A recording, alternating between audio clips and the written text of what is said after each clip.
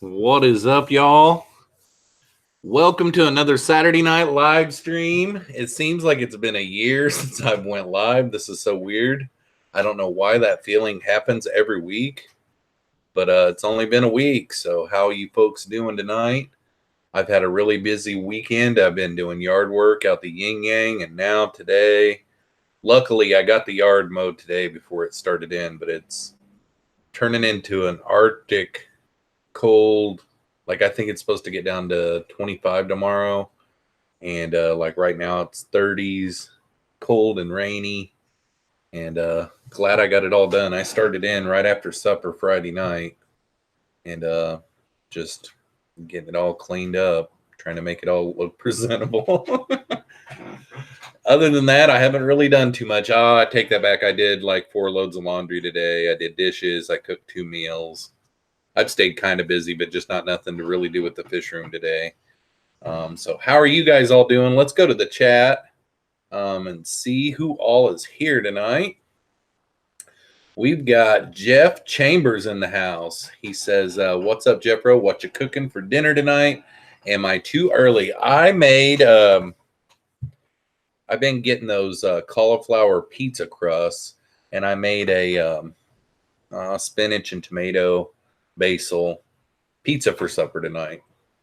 That's what I made. It was pretty good. Then I made the boys just frozen pizza. Pepperoni frozen pizza. Mad Cypress LL is in the house. What is up, buddy? Terry's Tropical Tanks is here. What's up, Terry? We got Mike from the Fish Barn. What is up, buddy? Big D Smoke is here. Chad Crotts, Reels Tanks. What is up, guys? We got Carrie from Science Gal Aquatics here. Dan Slee is in the house. Legacy Aquatics. What is up, Melvin? Nice to see you, buddy.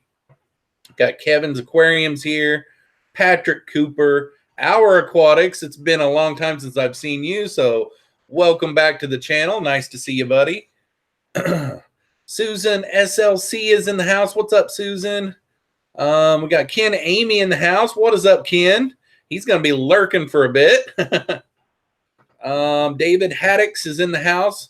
Hello, new subscriber. Well, welcome to the channel, David. We do this every Saturday night. There's certain times of the year where I go more often throughout the week. But I upload videos 2 days a week, and then I go live every Saturday night for sure. So welcome to the live stream. Daryl Deemer's in the house. What's up, Daryl? Cichlid 23 is here.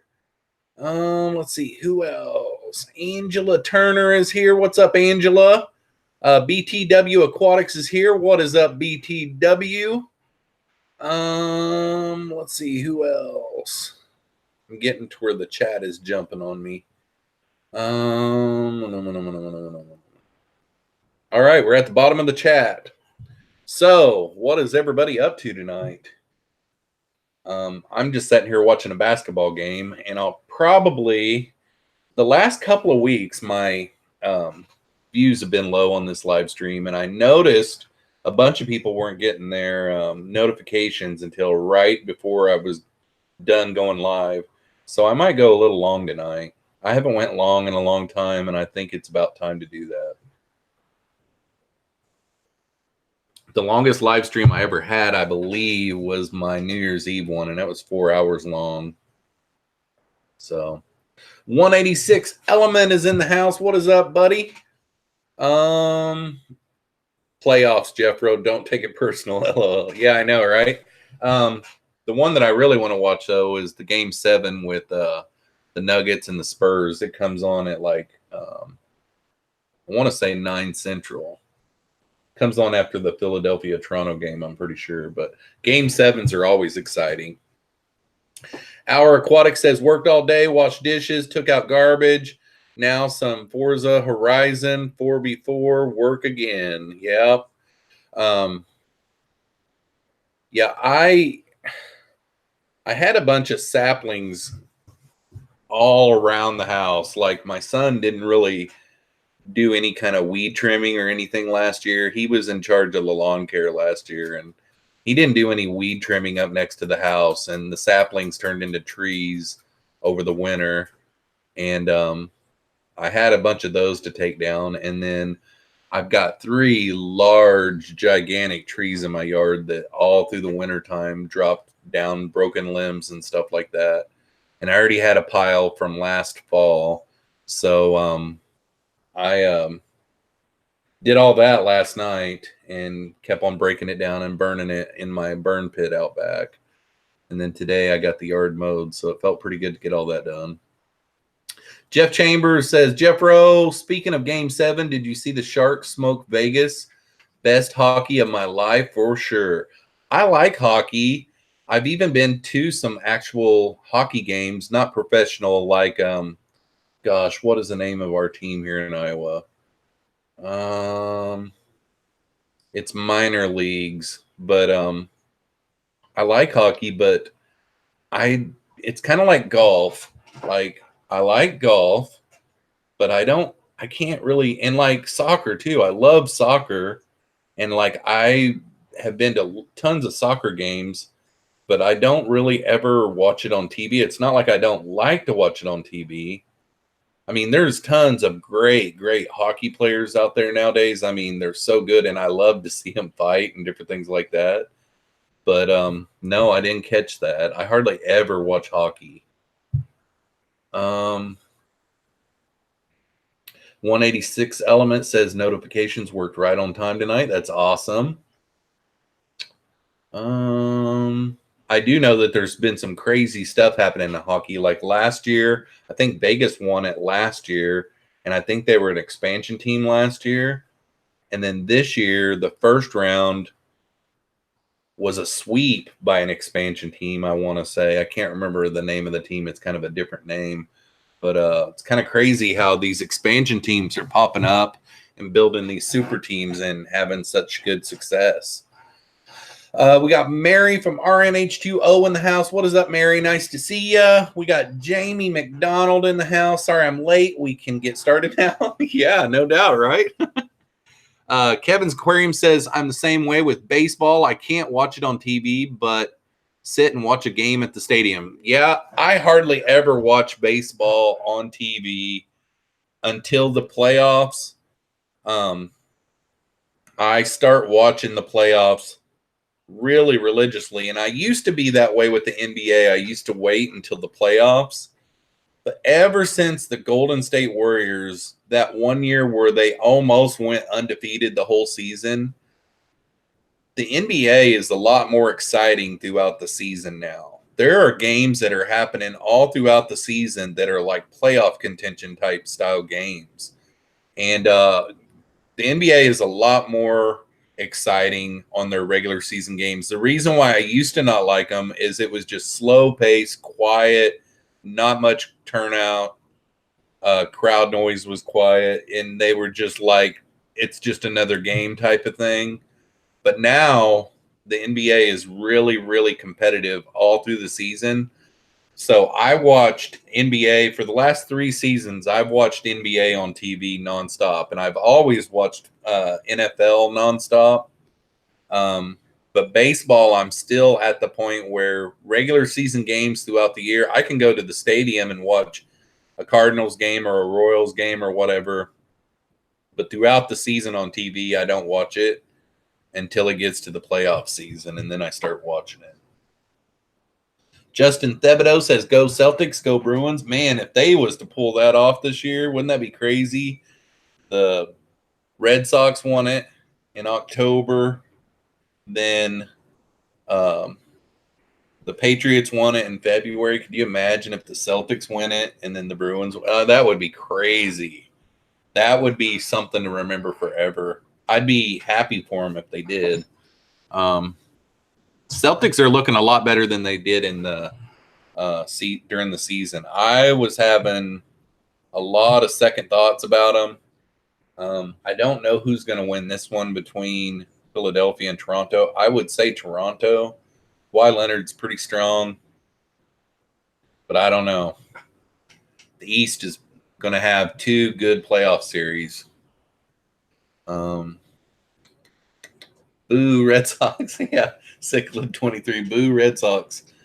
I'll never forget that year when the Yankees were up. I think it was 3-1, I want to say. The first year that the Red Sox won it. So, like, was that 04 or something like that?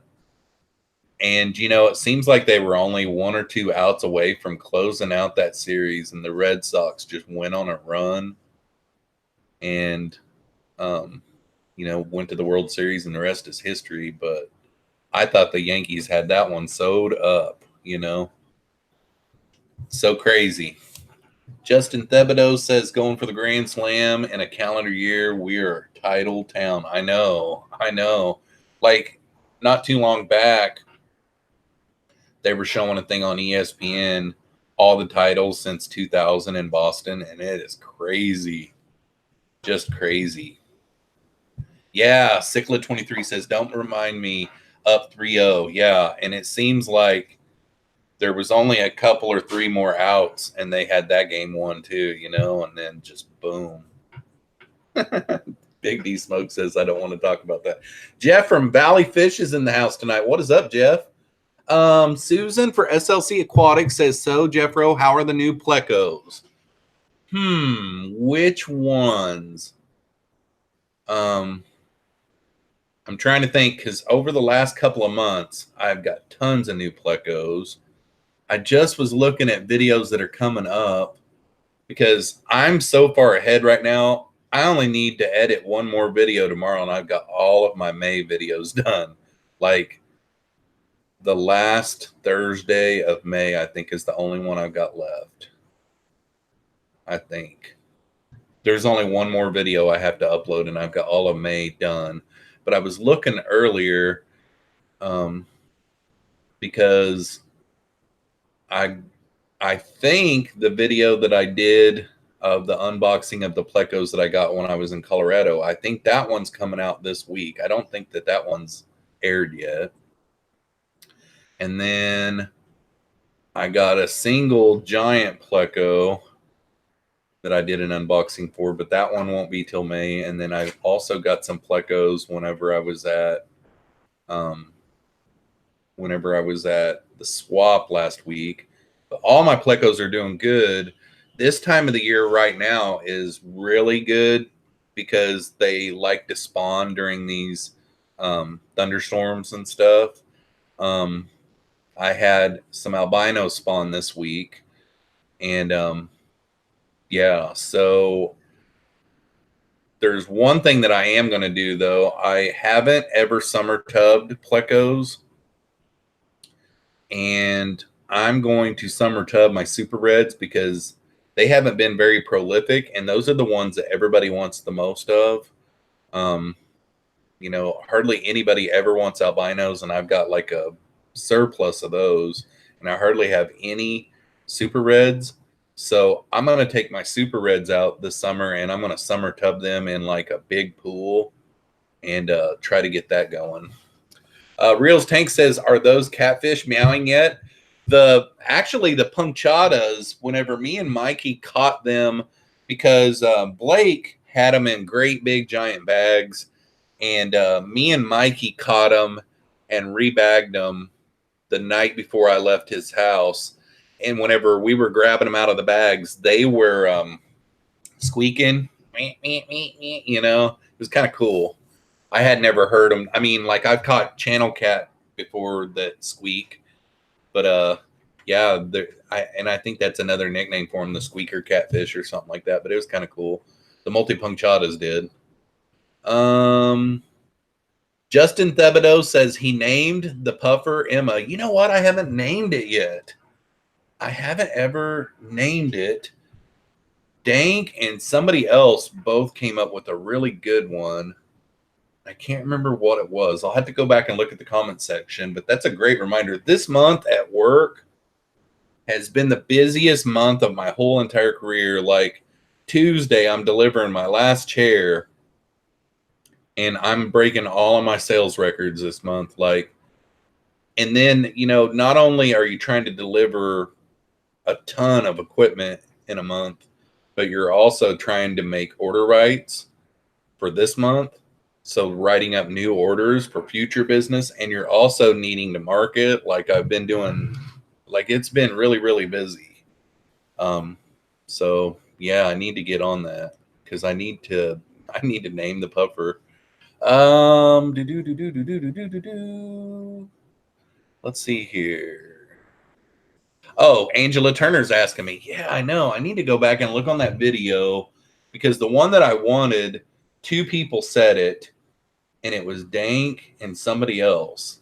And it was like a really short and sweet, kind of like one of those short and sweet, hard to beat ones.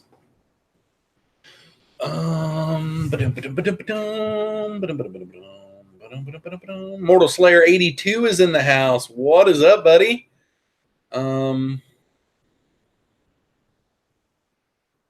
I need to look at my calendar because I think next weekend is the weekend that I was wanting to come and see you.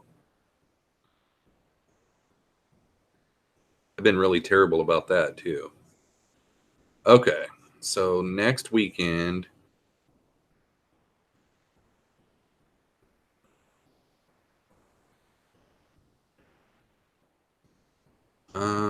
Let's see. Probably that weekend is Mother's Day. The weekend of Mother's Day kind of works the best for me because the next weekend I'll be going out of town. I'm going to put a reminder to get with you later. Minnesota trip.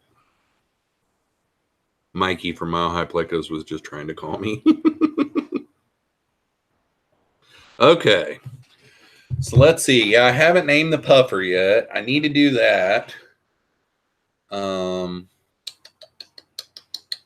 Let's see here. Where are we at? The Sox lost today. They're not looking good. I saw that Vlad Guerrero Jr.'s debut was last night. I thought that was kind of cool. KG Cichlid's in the house. What is up, Kevin? Dank Tanks is in the house. What's up, Dank? Do you remember what you named my Pleco Dank? Or not my Pleco, my puffer? Dank was the one that came up. Folk Choi. If you're still here, Dank.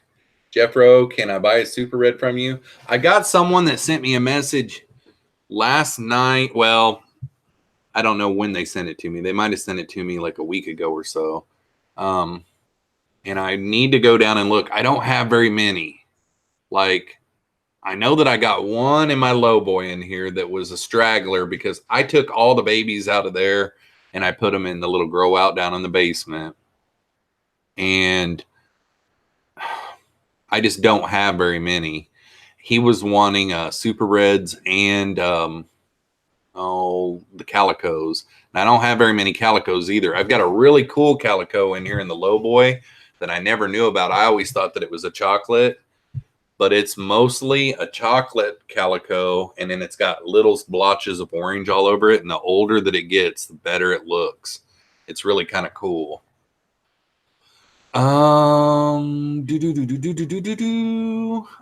Enrique Lopez says, how about the Rockets? What do you think? Name it Puffy.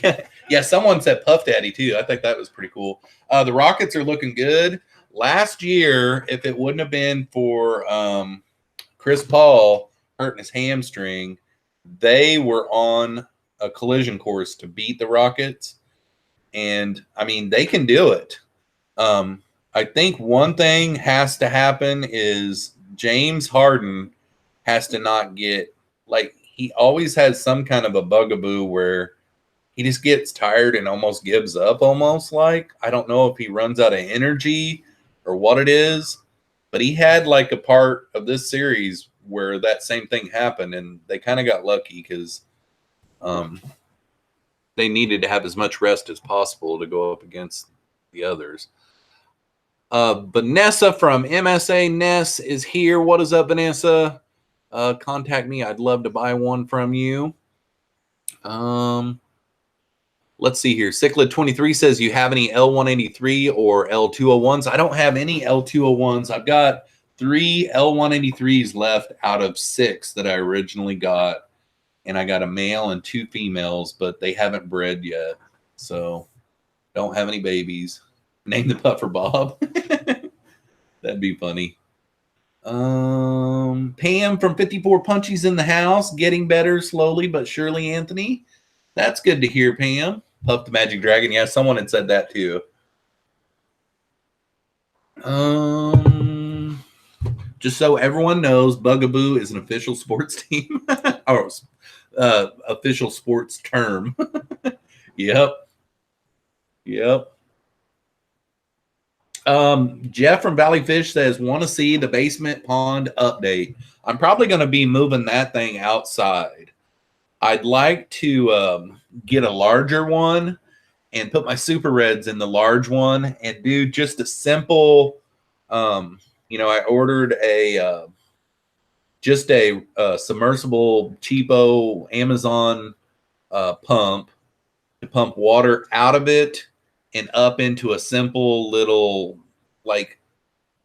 little something to hold some lava rocks where the water flows over the lava rocks and then back down in, kind of like just to make some water flow and a little bit of beneficial bacteria stuff going on.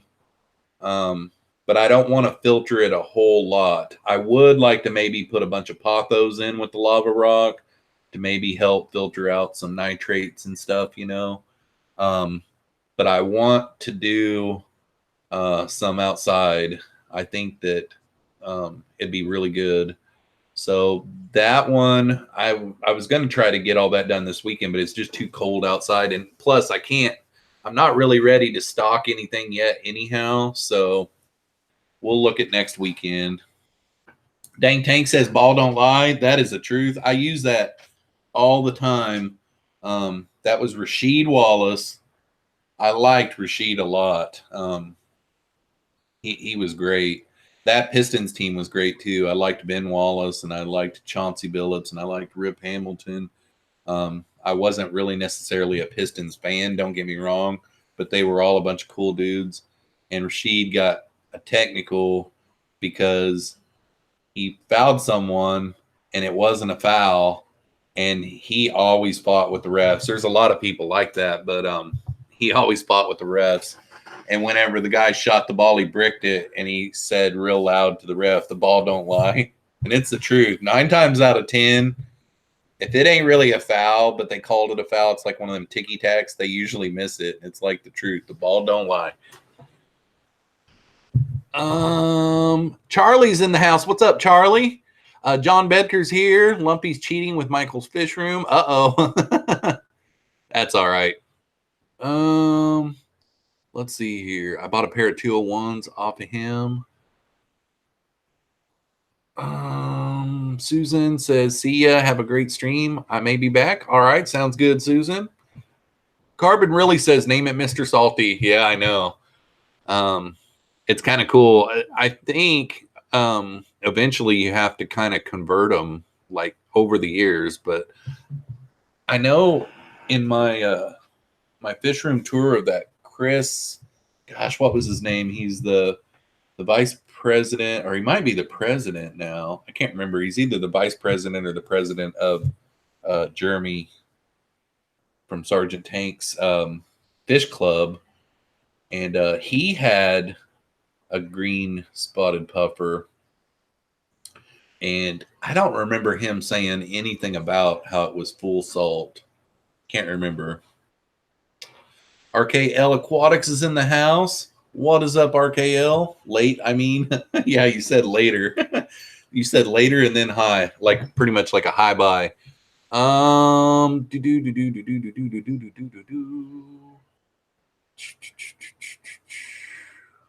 Let's see here. Okay. I think Cicla 23 says the refs hated Wallace like they hate Draymond Green to put Yitchin and complaining. Yeah.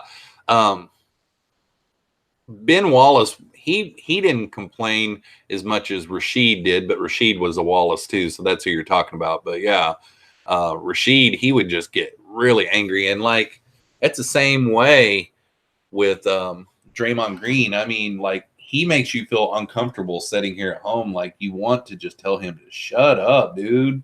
you're going to make it worse. Because the other night, he could have got thrown out last night, or maybe it was the night before. I can't remember.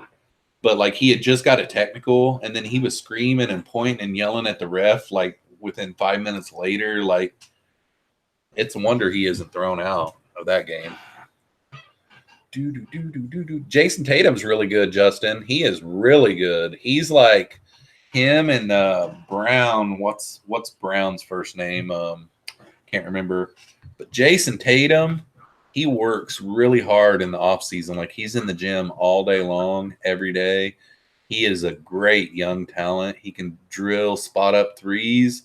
He can distribute the ball. Like, he can drill 19 footers. And another person that's really good that I was really worried about is Hayward. Hayward is the one that the first game last season, within 6 minutes of tip-off, had the compound fracture to his ankle. And then this year, whenever he came back off of that, he was really flat at the beginning. But now he hardly ever misses. That kid can drill it. I love seeing shooters like that. But, yeah, Jason Tatum is awesome basketball player. I like him a lot. He's not too crazy either. You know, like, he's even-keeled. I like him.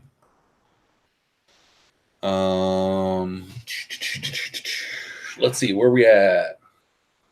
I was going to name this live stream, I think I'm going bald, and I was going to have my hat off and show you guys how bald I am now. I went to completely shaving my head bald all the time.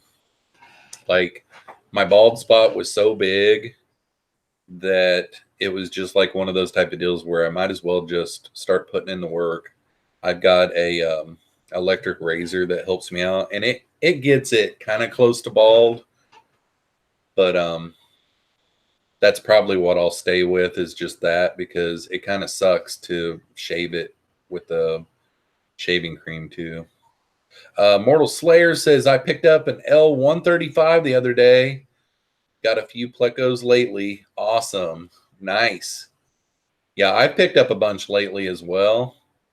I picked up a few whenever I went to Colorado, and then I got one really awesome pleco in the fish room. I've got it in quarantine right now, and I made a video on it, but it is like amazing. I don't have anything else like it. It's a carnivore. That's all I'll say. Let's see here. Charlie says, Jeffro, how's the catfish? They're doing awesome. I think my last video came out Thursday, the ones that I got from Jeremy. They were the Lucipennis. So, you know, the first two that I got were from my LFS here in town, and they were sold to me as petricolas. But what I found out along the way is, to be a true petricola, you've really got to, there's two things. Like, petricolas, their spots are usually more uniform and straight lined, but then there's also like some kind of port that's behind their fin here that you almost have to get them out and look through a microscope or like a magnifying glass or something to be able to see. And then I that was two of them that I got, and then I got 8 out at Colorado, and the 8 that I got out of Colorado, visually they look more like petricolas to me. Their dots are just a perfect straight line on a lot of them. So I don't know. It just depends. A lot of times you can't really tell until they're older, and then, like I said, you have to get them out and everything. And then I've got 9 Lucipennis from Jeremy, and they're doing really good. The petricolas are doing really good too. And then the multipunctatas, I got 6 of those, and they're all doing really good. I really love this catfish thing that I've gone down the wormhole with. And then I did pick up some more catfish at the swap a couple of weekends ago, but you guys had to wait for the unboxing video for that. But they're awesome too. See, I got 6 more, but they're a different type. Yeah, they're a Synodonis, but I don't want to give away what type they are. They're cool. They're really cool. John Bedker says, did you shoot any footage at the swap? I did not. I brought my little point and shoot camera with me, but man, that place was so packed. And it's really hard for a YouTuber to do anything like that because 9 times out of 10, people wouldn't care. But really, technically, I don't know. There's 2 different schools of thought. There's a school of thought that if you're in a public place, you don't really have to have permission from people to have them on your YouTube channel. And then there's another school of thought that if people show up in your YouTube video, that you have to have them sign a waiver or something like that. So it's kind of hard whenever it's a big thing like that. I don't know. Maybe next time. Honestly, that place was so packed, I wouldn't have been able to. I don't know. I was thinking about it. I was thinking about how do I do this or whatever. I think about the only way to do it is next time we have one of those, just to set up and do a live stream right at your little booth thing is what we'd have to do. Fish Out of Water Aquariums is in the house. What's up, buddy? Let's see. Wichita Falls Fish Keepers here. Hello, everyone. Doing water changes and listening. That's awesome. BP Bass is here. What kind of Cory cats are in your fish room? I don't have one Cory cat. John, that's here in the chat, was going to unload some Corys on me, but he didn't bring them to the swap a couple of weeks ago. So sometime whenever I'm in his area, I'm supposed to give him a shout. And he's got some Corys and then some Super Reds, and I probably need to try to get with you this week and pick those up because I'd like to. I'm going to start an outdoor pond with Super Reds this summer. So, yeah, I don't have any Corys. It's not that I don't like Corys, but I've got a lot of bottom feeder type stuff in all of my tanks. Like I've got tons of plecos, I've got tons of shrimp, and then like now I got a ton of catfish. But I don't have any Corys, and it's kind of hard for me. I don't have a bunch of big tanks, like I've got a couple of 55-gallon tanks. That's the biggest that I've got. So I'd like to have some Corys, but yeah, I'll probably get those from John. Let's see, did I miss anything else? Oh, Kevin says working at a fish store has its perks. I didn't realize that you were working at that fish store, Kevin. That's crazy. Brian Law's in the house. What's up, Brian? Nice to see you, buddy. Just hanging out. Terry's Tropical Tank says, oh, just an FYI, Menards has 4-foot LED shop lights on sale for $14. They won't grow highlight stuff, but they grow the easy stuff very well. Yeah, those are really good for fish rooms too. Are they the type that you can kind of daisy chain them? Like these ones, I think it was Rachel O'Leary got them. They have like a little pigtail that comes out of each one, and it plugs into a female of the next light, and they just daisy chain all the way down. That way you can have like 10 lights, and then at the end you've only got one plug in, so there's not a bunch of plugs going everywhere.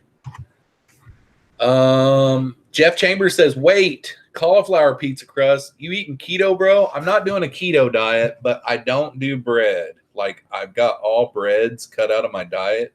Like right around Valentine's Day, I just started eating healthy, and I've lost like, I want to say 30 pounds, but I don't really know for sure because I don't have an exact starting weight. I'm just going off of, I weighed at the doctor a couple of weeks ago whenever I got some stuff done for work. I had to get some I had to get a TB test and different things like that. I got to have that annually. And I weighed at the doctor, and it was more than what I thought that it was. And I haven't gained, like I've just lost all along. So I'm thinking it's like somewhere between 20 and 30 pounds is what I've lost. But one of the things is bread.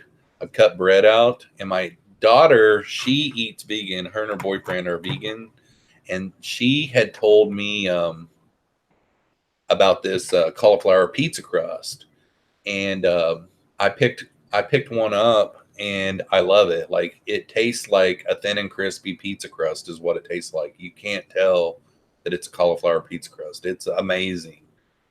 So I'll do pizzas like one night I had some leftover grilled chicken from the grill, and I chunked up some of that, and I make like a homemade buffalo wing sauce is what I make, and I put a little bit of that on the crust and a little bit of that chicken, and just sprinkled it with a little bit of cheese and baked it in the oven. And then, like, the one that I've made the most is like the spinach and tomato with some like tomato basil Mrs. Dash all over it.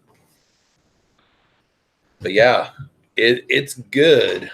There's a couple of different types out there. The second time I bought it, I bought Green Giant, and that one isn't as good. The flavor isn't as good. And then also, you have to put it on like a cookie sheet, because I put it on directly on the rack like I've been doing the other brand, and I don't know what the other brand is off the top of my head. But the Green Giant one, when you put it directly on the rack, it melts and just turns into mush and falls down through it.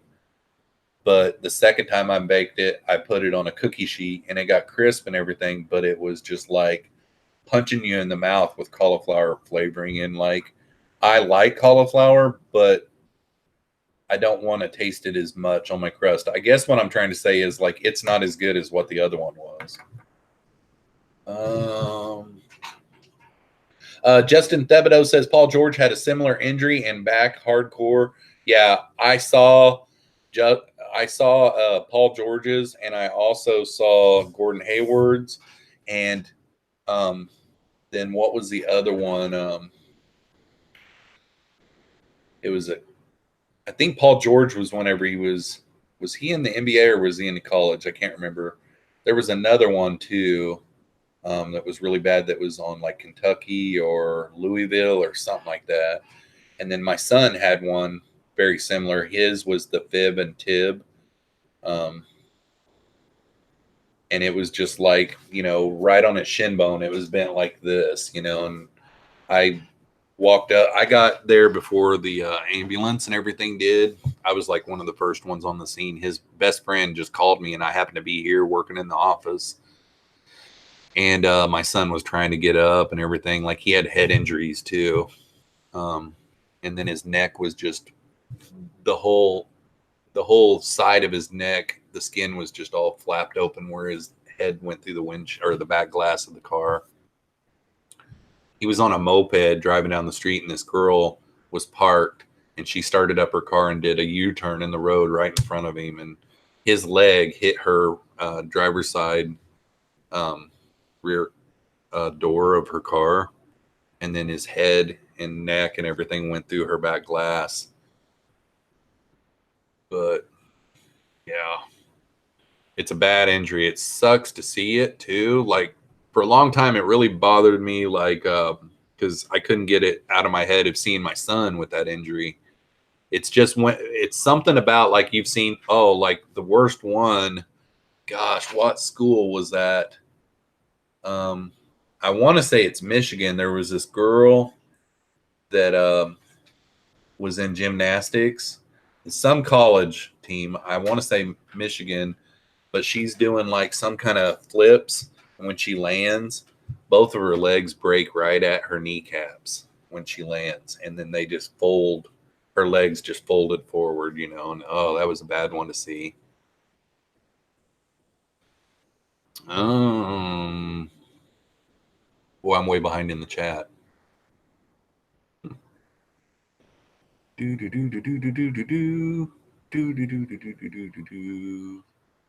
PG was Olympics, right? Oh, it might have been Olympics, Dank. I think you're right.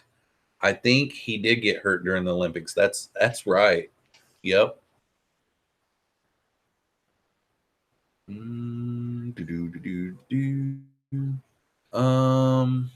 Big D Smoke. I'm doing some bacon and cheese steak burgers on my smoker today. Dang, that sounds good. That's one thing I did cut out too, is red meat.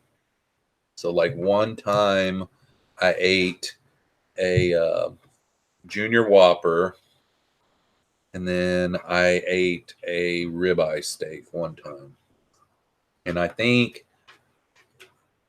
I've been doing this for like almost 3 months. Here in a couple weeks, it'll be 3 months. So like 10 weeks, somewhere around in there.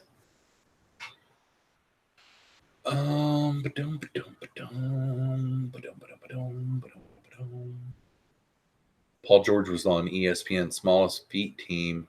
He is 6'8" with the size 13 shoe. That is weird.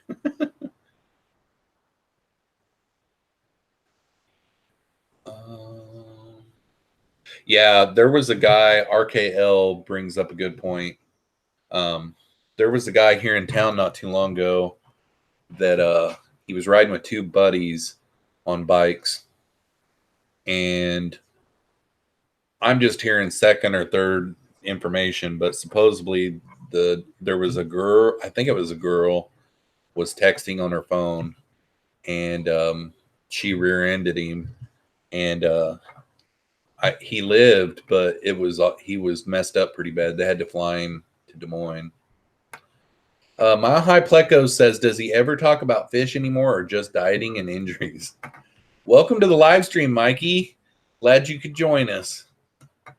Brian Bowman says, I've got some sweet super reds and I'd like to cross them to a longfin to get super red longfin. Is it better to get chocolate or albino longfin? Thank you. Supposedly, you got to do it this way. I had an article at one time that these guys that were hardcore breeders, it was years ago, probably I think it was like in 2012, somewhere around in there is when it was written. And they did a bunch of studying and breeding different plecos to the super red until they finally figured out the recipe. And you have to start out doing a short fin red male to a long fin albino female. And then you take the babies, which are all long fin chocolates, out of that one. And then they've got a super red gene in them. That's why you can't jump straight to a chocolate longfin unless you found some chocolate longfins that had been done this way. So I know what you're asking there. You're wanting to see if you can just jump the recipe, but you can't. You have to start out with the super red short fin and go to a long fin albino. And then you take one of the female chocolate longfins, because all of those babies that you get when you spawn those two will be all chocolate longfins. And then you take a female chocolate longfin and breed back to the male super red. And then when you spawn those together, they will all be longfin super reds, but they won't throw true straight line yet. So then you have to take a female longfin super red out of that one and breed back to the short fin super red again. And then those will all be true bloodline longfin super reds that will breed true. And that's how you get them to breed true. You can take a super red short fin and probably breed it to a longfin chocolate common and probably get super red longfins out of it, but you won't be able to sell them as longfin super reds because they don't breed true.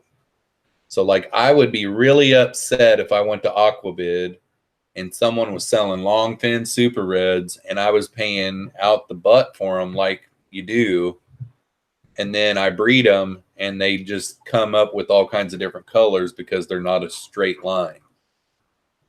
If you wanted to do that, you could do that, but if you ever sell them or something, you have to be honest with the people and tell them these are not a true line super red. They won't breed true. Hopefully that makes sense.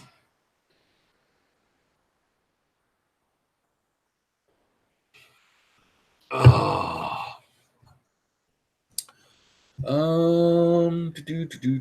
Okay, I'm at the bottom. At the bottom of the chat, we got 41 people watching. We got 27 likes. So if you would, everyone take a look and see if you liked at all and bust it. Bust that like button.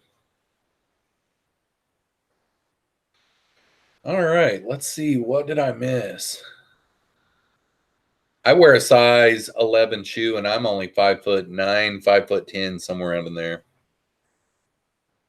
Dank Tank says snowmobile to barbed wire, instant decap. Yep. Me and one of my buddies one night, his dad was the pastor to the church that was right across the road from my house. I was like 14 and he was like 12. And we went in the kitchen to that church and we grabbed some eggs. And there was this kid that rode our bus stop that was real mouthy. And we wanted to egg his house. And whenever we got up close to the yard to try to egg it, this dog started barking and his mom came out on the porch and could see us because a light came on too. So we threw the eggs down on the ground and took off running. And all of a sudden, out of the blue, I see a clothesline from out of nowhere. And I hit the ground and I stopped, dropped, and rolled. And I was like, get down to my buddy. And he was like, what? Still running. He was like, what? And whammo. He got clotheslined. And that was so scary. And it was like, it wasn't a cut. It wasn't a bruise. It was like it ripped all of the hide off. And it was like a raw, it was like, I don't know if you guys know what a strawberry is, but like if you are sliding into second base and you get that shear and like the real sore spot, the raw spot on your butt cheek from sliding, my dad always would call that a strawberry. That's what it was like all across his neck. It was just raw. And it took forever for it to heal. And it was a big, giant scab. But it was like really scary because he couldn't breathe for like a split second. Like he had diabetes, but he also had like thyroid problems where his neck underneath here would swell up. So he already had problems with breathing whenever he would run and stuff. And he was like out of breath. And I was like freaking out, like, I don't know what to do. Plus, then we have to go to his mom and dad. And like, how do you explain that he got clotheslined? You know, I mean, so yeah, it wasn't good.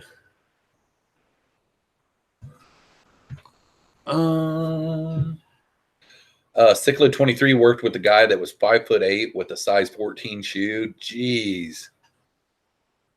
Yeah, my 17-year-old son is like 6'1" and he wears a size 12, but he's probably getting ready for a 13.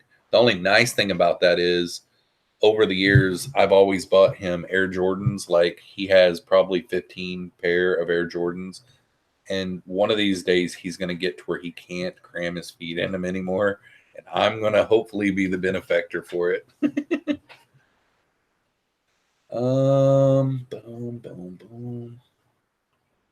Cichlid 23 says, I used to walk with my mom all the time because she was so healthy and active, and my dad is all broken up and lazy. Now she's gone. Yeah. One thing about it, I haven't done any kind of an exercise plan, and I've still lost it. And I think one of the big reasons is the first 30 days I did a cleanse, 30-day cleanse, and it is this natural pill that you take that helps cleanse out toxins and different things like that, helps clean out your colon and all of that kind of stuff, because I was eating so much fried food and everything. And I'll tell you what, I feel a lot healthier. Like I feel less tired and everything. So yeah. Let's see here.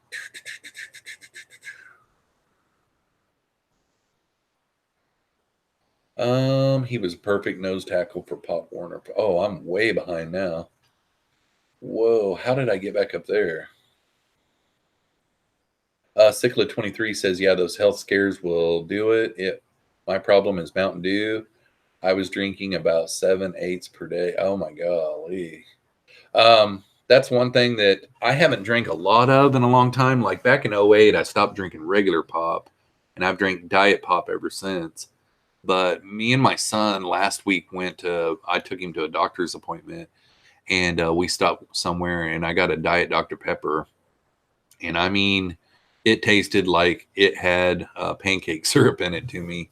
I honestly couldn't finish it.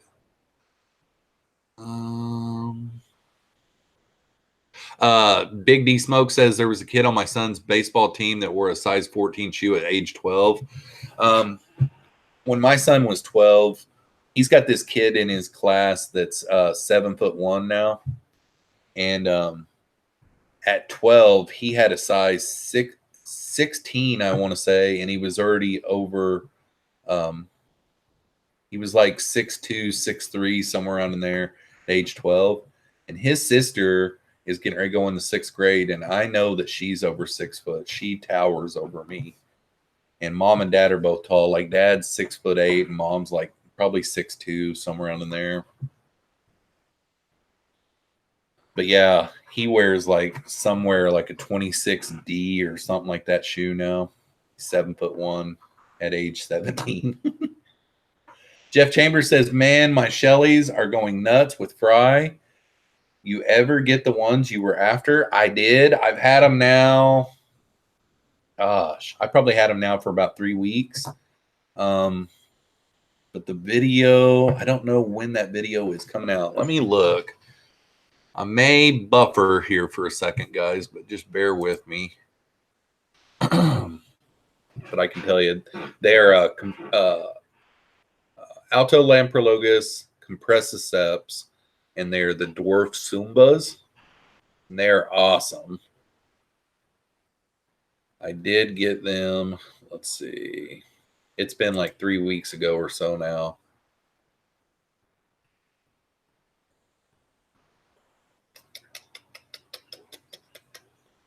Okay. Video manager. Try to tell you when that video is coming out.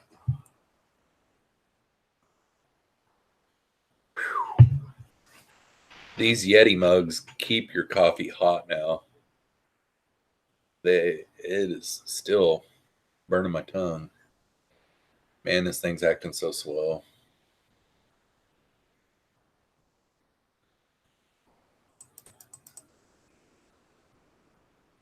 Hopefully I'm not buffering. Toronto is up by 9 in the third quarter.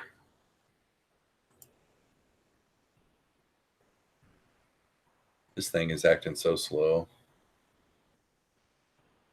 Okay. Come on.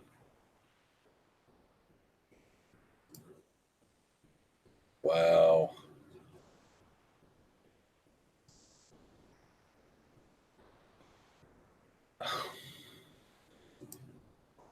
Aggravating. Okay. It's about time. Something that should have took like 2 seconds. Okay, so where is that video?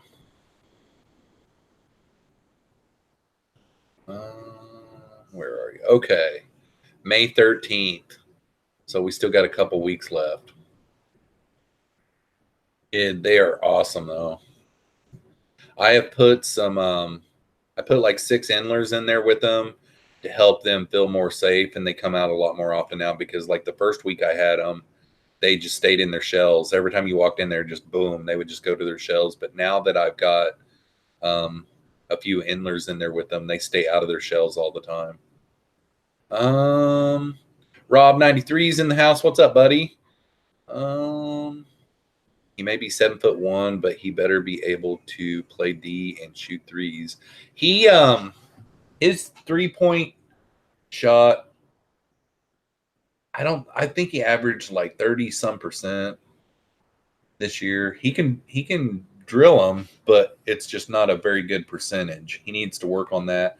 He needs to work on his free throws.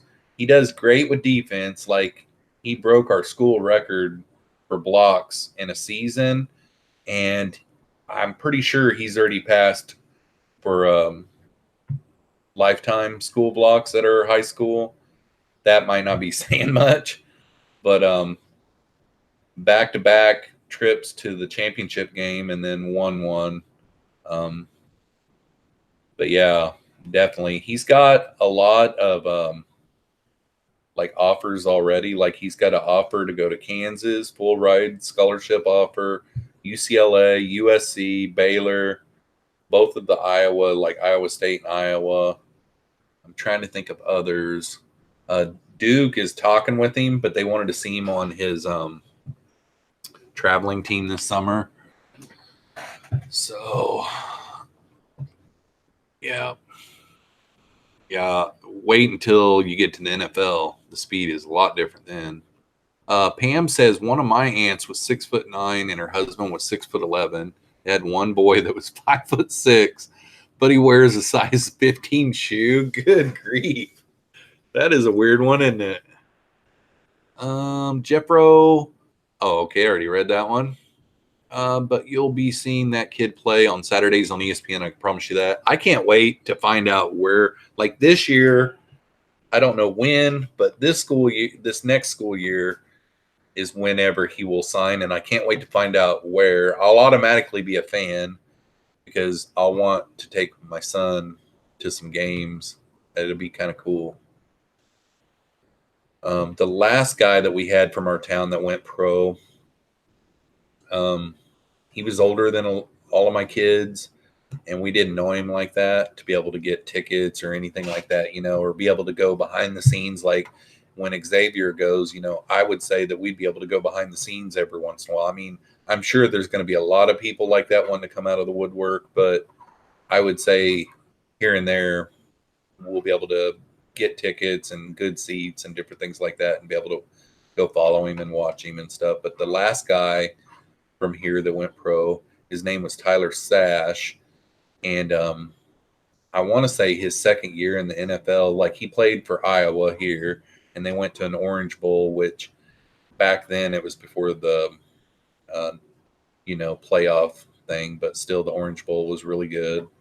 And then his second year in the NFL, he played for the Giants. And his second year in the NFL, they won a Super Bowl. And he wasn't like a starter on offense and defense. He was a starter on like special teams. But like in college, he was a safety. And every once in a while for the Giants, he would go in. Like there was one guy that got injured and he had to play in the playoffs on defense. And then he did play in the game whenever they won the Super Bowl. And it was pretty cool watching at the end of the game and everything. And he put his hand on the trophy, like the cameraman was right there on him and everything. And it's kind of a sad thing with him. Like he battled with injuries. Like I think he played 4 or 5 years in the pros, and then he had to retire and battled injuries and surgeries and different things like that. And he had one of those accidental things where he was on one type of medicine, and while he was on that medicine, this is just what I've heard too. I don't know the facts. I've just heard that he took another type of medicine for the pain, but then it has some kind of reaction to that medicine. And then also, I think his parents, what I'd also heard is his parents did send his brain off to, where is it, like Pennsylvania, where they do for the CT scan or the CT. What's that one type of brain disorder that a bunch of NFL players are getting, but the only way they can find out is when you're dead, if you had it or not? Well, he did have it. I can't remember what it's called, CTI or something like that. I can't remember. You guys will probably tell me in the comments because you guys are smarter than me. But yeah, it's kind of exciting when someone from your town goes pro. It's always kind of fun.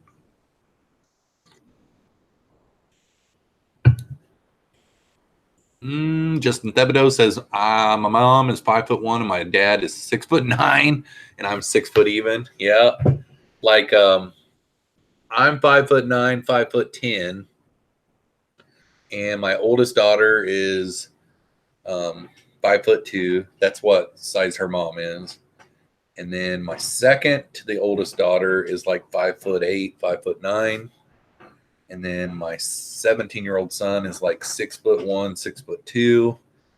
And then my 13-year-old son, he's like 5'4", and his feet are starting to get bigger and stuff like that. So I'm thinking that he's going to be close to either my height or my 17-year-old son's height. But like my dad was like 5'8", 5'9". My mom's only like 5'2", 5'3". But his dad was 6 foot. He has a brother that's 6 foot. You know, height kind of runs on that side, but it just kind of skips every once in a while. And then my kids' mom's side, their mom, you know, their grandma, her mom is like close to 6 foot, I would say. And then like my ex-wife's brother's like 6 foot. So height runs kind of on both sides of the family, just not with me or their mom. I'm kind of proud that my son is 6'2", though. It's kind of cool. It's like I made that, you know. Kiwi Momo says my youngest son is 6'4" and his feet were size 15 when he was still in school. I had to special order his shoes. Yeah, that has been one problem. Is there for a while, he was growing out of shoes like crazy, especially between 12 and 15. Like, golly, now it's kind of slowed down a little bit. So that makes me wonder if his height is going to slow down. I was like 5'5" when I was 16. Like I didn't think that I was ever going to get to 5'9", 5'10". RNH2O says Howard Massengale has a question. All right. Howard Massengale is in the house. What is up, Howard? Jeffro, what is the best food for my clown and rubber lip plecos? I don't have any rubber lip plecos, but I have a clown pleco. And without looking it up, I'm thinking that they're omnivores. So, like I feed my clown pleco the exact same thing that I feed my bristlenose plecos. They eat, you know, my clown pleco eats on veggies, and it also eats on, you know, wafers. Like I don't hardly ever feed algae wafers anymore. I've got a video coming out of a new food that I'm using, so check that out. But like I feed North Bend kelp wafers a lot to my plecos, and then veggies. But there's a new type of pleco wafer that I've been feeding, and then also that Sarah, like it's a wood eater one, so it wouldn't really be the best for the clown pleco because I don't think they're really necessarily a wood eater at all. But yeah, I feed my clown pleco the exact same thing as I do my bristle nose. But on the rubber lip pleco, I've never had any of those, so I don't really know what to tell you there. And sorry for missing your question, Howard.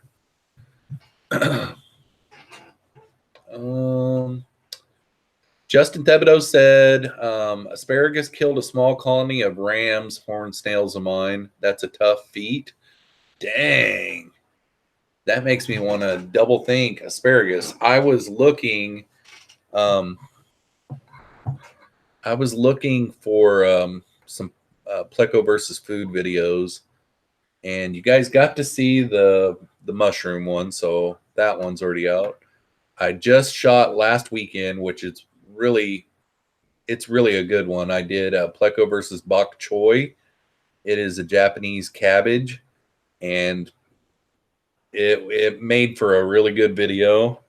And I was thinking about doing dandelions, but I haven't really researched it. And then today I mowed and I didn't look. Like earlier, I was sitting here, I was thinking, oh shoot, I bet you I cut those all to pieces.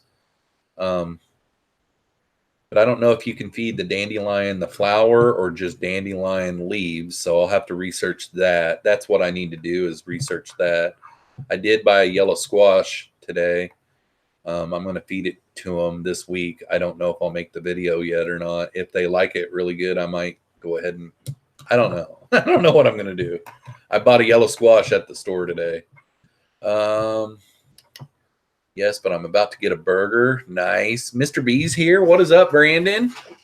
Yep. John Bedker says Tyler. Yep, definitely. It was really sad too. Dang Tank says avocados are good for guacamole, but guacamole is nasty. I made some guacamole last weekend. Had my second, the oldest daughter over, and both of the boys were here for Easter. And I made fajitas, grilled chicken fajitas, and I made some guacamole, and I made it all fresh. And man, it was bomb diggity. Wichita Falls Keeper says, Jeffro, how are your L393s? Any trapping yet? My L2102 or 201s are frisky after a water change. Well, where we're at on the L393s is 2 weeks ago right now, I put the female L393 in my 40-gallon planted aquarium in here because that tank has spawned hundreds and hundreds of plecos. So I know the setup isn't bad for bristlenose. That doesn't mean that it is going to happen, but I put the female in there 2 weeks ago, and I've been trying to fatten her up really good, and I've been putting food in there every day, and I haven't seen her again since I put her in there. But the day that I put her in there, it looked like she was full of eggs. So what my strategy has been is to feed tons and tons of veggies over the last couple of weeks, and then I just haven't got it done yet, but tomorrow I'm going to move the male in there. Last night I fed cucumbers, and the first time I'd seen her in 2 weeks. It is a jungle tank. Like she just went into the jungle and disappeared. But last night I fed cucumbers to all the pleco tanks, and right before I went to bed at like 12:30, maybe it was 1. Last night was a rough night. When I went to bed, I fell asleep, but I woke up at like 2, and then I was up till 5:30 this morning. I couldn't get back to sleep. And then I went to bed at 5:30 and woke up at 10. But when I went to bed last night, basically, I went in there to look at the cucumber, and it was turned over, and I shined the flashlight underneath it, and there she was. Because I noticed that the cucumber had been eaten, and I'm like, man, those endlers, there's no way they could have ate it that much. She's got to be on there. And I looked, and there she was. So she's looking really, really good. I'm going to put the male in there. And then in all my pleco tanks, I can't remember where I saw it this week. I don't know if you guys saw it or not, but a bunch of the Facebook pleco and fish related pages all got shut down this week. I've heard different stories. It's got something to do about some big lawsuit or something where animals rights places are cracking down on Facebook, and Facebook had to go and shut a bunch of them down because of the community whatever about like selling fish online and everything. So there was evidently a bunch of them that had things that were like wishy-washy on the rule or something, and they shut them down without any questions asked. And then people could go and maybe delete some of the posts that they were talking about, and then maybe get them to look at it to get back on. But anyhow, somebody was talking about what it's done is it spiked up. They're all starting new ones.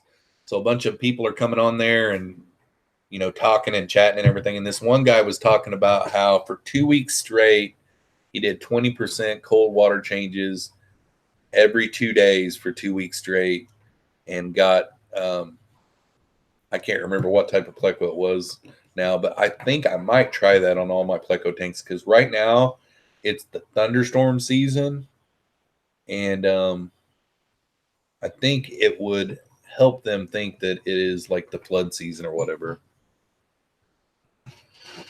Does that pleco in the pic have buck teeth? Yeah, right. Let's see here. Okay.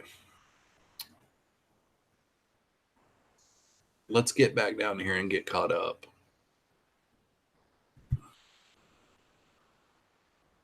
Howard Massengale says, Jeffro, do you blanch the veggies before feeding?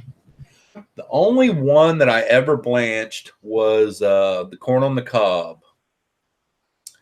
And the reason why I did that is because I figured that they would have troubles eating through the kernel skin, you know? but they still had troubles even though I blanched it. I think on the kernels of the corn, I needed to go down through with the razor blade and like split the kernels or something. I put the sweet potato, when I did sweet potatoes, I put it in the crock pot. I wrapped it in aluminum foil and put it in the crock pot for like 2 or 3 hours, and it turned to mush. And it was that go time, like whenever I needed to film. And Mikey from Mile High Plecos told me that he always just puts his sweet potato straight in. It's like a hard, veg. So like I was thinking that they would have troubles eating it, and they just didn't really like it. They didn't show a whole lot of interest on it. But I don't ever blanch any of the veggies. I put the cucumber directly in there raw. I slice it up. All of the veggies. That's how I do it. Now, if it's a harder veggie, like a carrot, I might blanch a carrot, or like potato, I might blanch the potato a little bit. But yeah, I don't ever blanch them. I think some foods you have to get them to sink. But I like, let's say for instance, like spinach leaves, you can feed those to like your endlers and your shrimp and stuff like that. And I bet you my plecos would like it too. You have to blanch those to force all the oxygen out of the leaves to get them to sink. And on the veggies, I just usually just pin them with a fork. Dank Tank says barometric pressure. Yep, that barometric pressure does it. I actually bought one of those old school that has you guys have to help me out because I always want to call it a humidity detector. But it has a temperature, humidity, and barometric pressure on it. And I'm wanting to start, I want to start like a little daily thing where I'm checking that and following that and stuff. I've learned about the barometric pressure. Like if a barometric pressure like moves quickly, the thunderstorm is going to be quick and gone. But if the barometric pressure moves slowly, the thunderstorm will be here for longer. I learned that the other day, and I thought that was pretty good. Dank Tank says plecos versus asparagus. I had thought about that, but somebody up there said that they killed some fish with it. Like it killed some of their fish. So I'm going to look into it before I feed my, because like avocados, I had bought an avocado once, and I was talking about what I was going to do after the live stream. I was going to shoot a pleco versus avocado video. And Dougie from Bald and Dangerous said, don't feed your plecos avocado. It's poisonous to them. And I looked it up after the stream, and sure enough, it is. There's some kind of poisonous thing. And like the leaves, like you're not supposed to put the avocado tree leaves in your fish tanks because the same thing in there in the avocado is in the leaves that leaches out into your tank and kill your fish.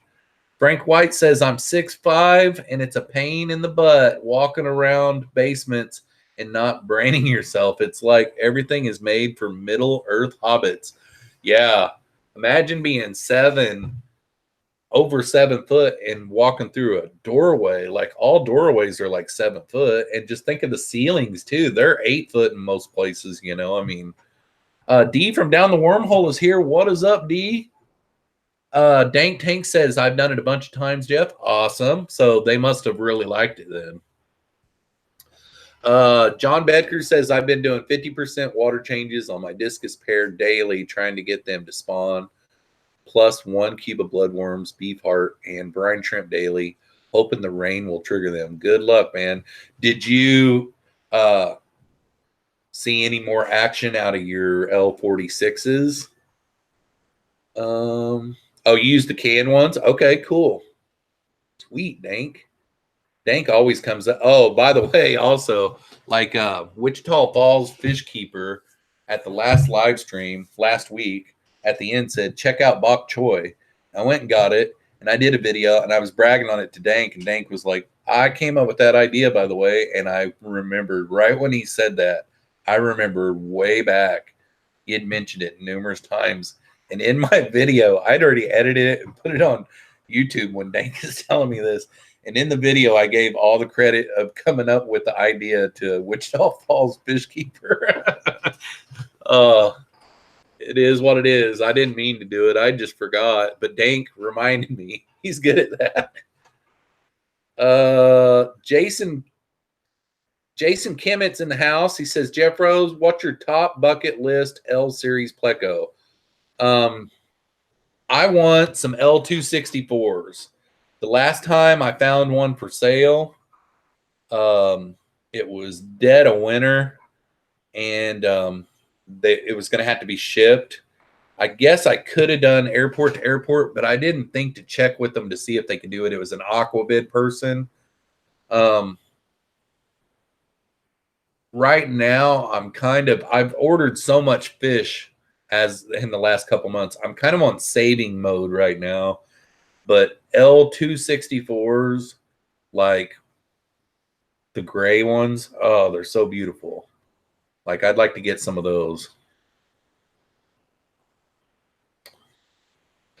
Justin Thibodeau says, no, Jeffro, I did asparagus versus ram's horn snail, and it killed a small colony. Yeah, that's crazy. That is crazy.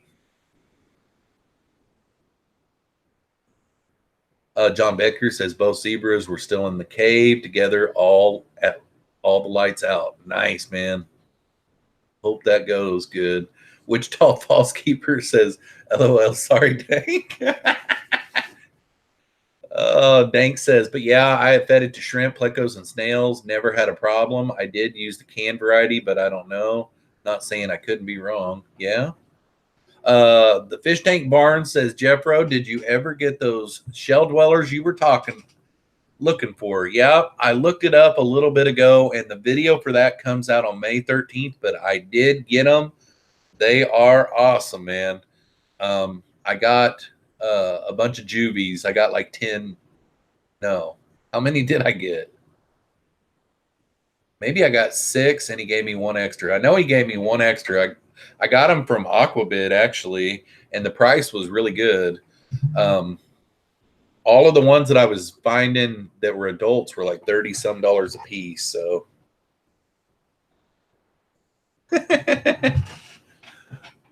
oh, that was a good one, Dank.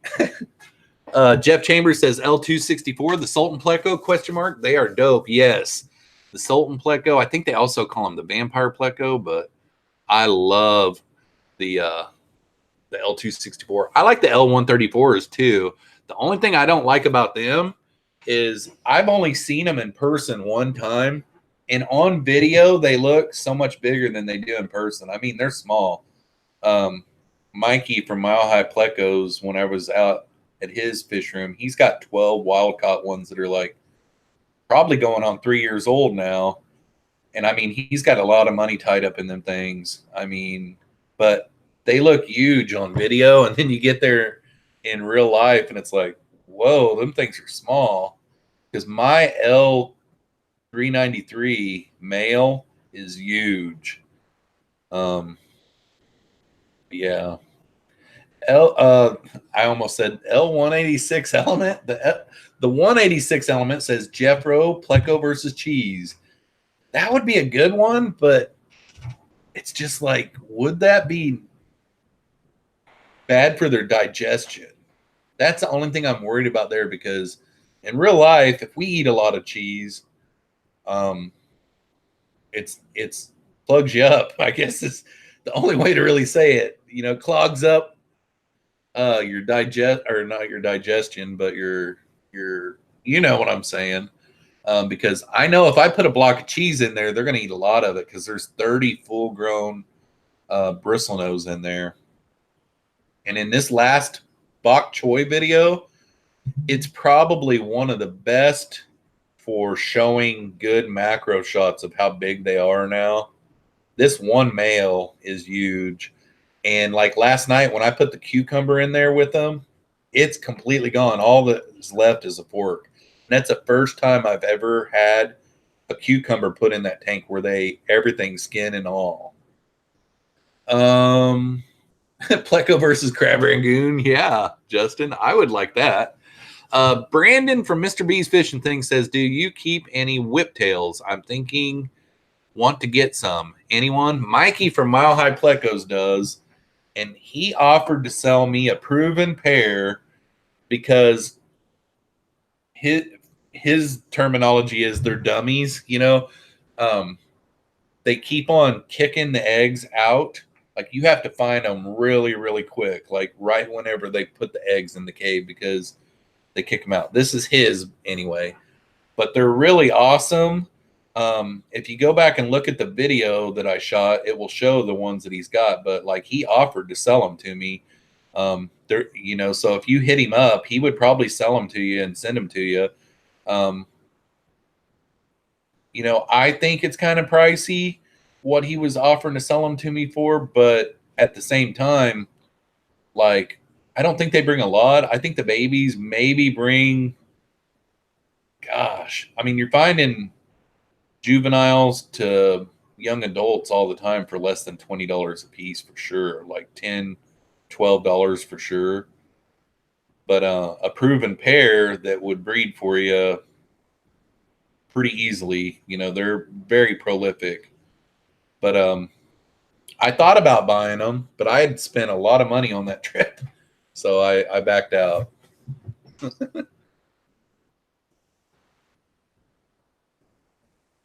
Terry's Tropical Tank says Sultan and Vampire are two very different plecos. Yeah, I know there's a Vampire pleco, but I think some slang terminology for this Sultan is the Vampire pleco, I think. But I might be wrong, too, because I know there is a Vampire pleco that is a totally different, completely different. I can't remember the L number to it, but I don't really care for it that much.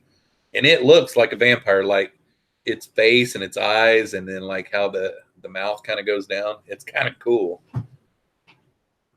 RKL Aquatic says, plug them up.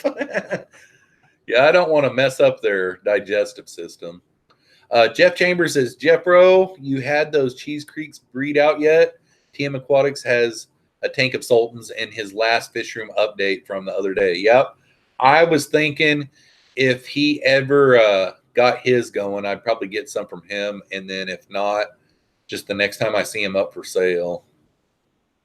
But yeah, I knew that he had some. Probably by the time I go up to see him, either next weekend or the weekend after, he'll probably have some 134s ready to go. So I might end up getting some of those.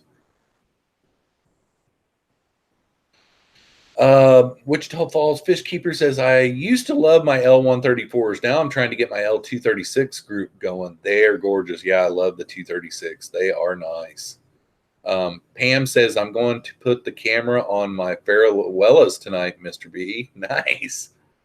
John Bedker, the L124s, Subajai, are still some of my favorite plecos. They arch their backs when they eat. It's really cool. Oh, that's awesome. I don't know that I've seen that one much.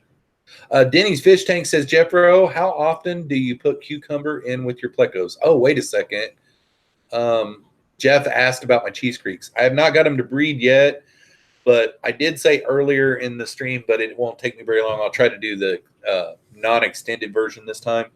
But on the Cheese Creeks, I pulled the female out of the 20-gallon long that I've had them in for the last few months 2 weeks ago, and I put her in a 40-gallon breeder in here that's a planted jungle aquarium because that tank has spawned hundreds and hundreds of fish or plecos, and I want to see about getting them in there and see if I can get them to go.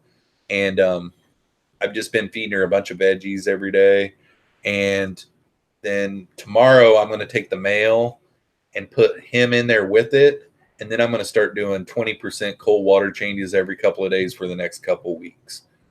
So hopefully, there was one night though where the male was fanning in the cave, and I shined my light up in there, and I swear to God I saw a clutch of eggs up in there. and I grabbed the camera gear. I got it all set up, and I started shooting video clips. And I grabbed the cave up out of there, and he was kind of like wedged in there. He wouldn't come out. Finally, I got him out. And right when I did, I go like this, and it's like nothing. I'm like, wow. I doubt that he could have ate him that quickly. It was just a boom, boom, boom thing. Dang Tank says you need some meat eaters so you can do pleco versus meaty things. I got one carnivore that I got in probably 2 weeks ago now. And yeah, one of these days, I'm sure he will. Everything that I ever put in the tank, he eats it up really quick. Like the other day, I put a thing of bloodworms in there. It was just like boom, and they were gone. Today, I put some frozen brine shrimp in there. Boom, they were gone. I mean, he's a pig. How often do you? Okay, Denny's fish tanks. Back to your question. Sorry about that. How often do you put cucumber in with your plecos? I rotate so much.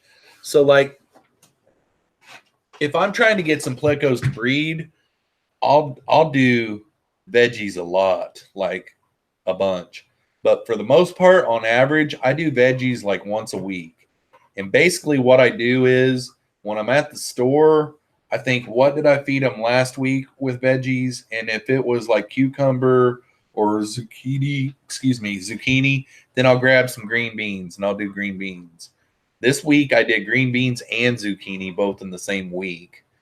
And bok choy. I did bok choy, green beans, and zucchini all this week. So they've had a lot of veggies this week, but we're in the thunderstorm season, and I'm trying to see about getting them to spawn and stuff. My super reds were all acting really wild last night. It could happen. The Fishy Mailman is here. What are we talking about tonight? Fish, food, sports, all of the above. We are talking about all of the above. Oh boy, someone was talking. Okay, Dank says L numbers are dumb until you have 2 vampire plecos. Yeah, I think the Sultan pleco is the actual. I don't even know what the real scientific name is, but I've heard people say otherwise, and it might not be vampire. It might be another name for vampire. What's another name for vampire? The Dracula pleco? I don't know. That makes me curious, though, since I have the Google internets here. Wow. Isn't that crazy? I've been going live for an hour and a half. Let's see here. So it's an L264 Sultan pleco. Let's see what the internets have to say. L264 Lepercanthicus Joselimai Loricaridae.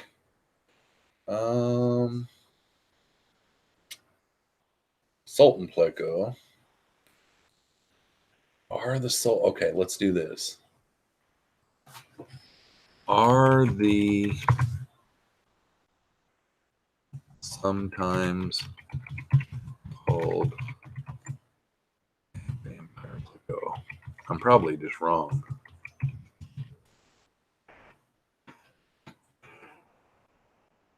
Gray vampire pleco. The Sultan pleco, gray vampire pleco, L264. If enough hiding places are present, the Sultan pleco is peaceful. Although it can, fish are called vampire plecos for a reason. They possess fairly large teeth, but once acclimatized, this species will also eat algae bottom dwellers. I knew it. I knew it. I thought that I knew it. I was second guessing myself, though.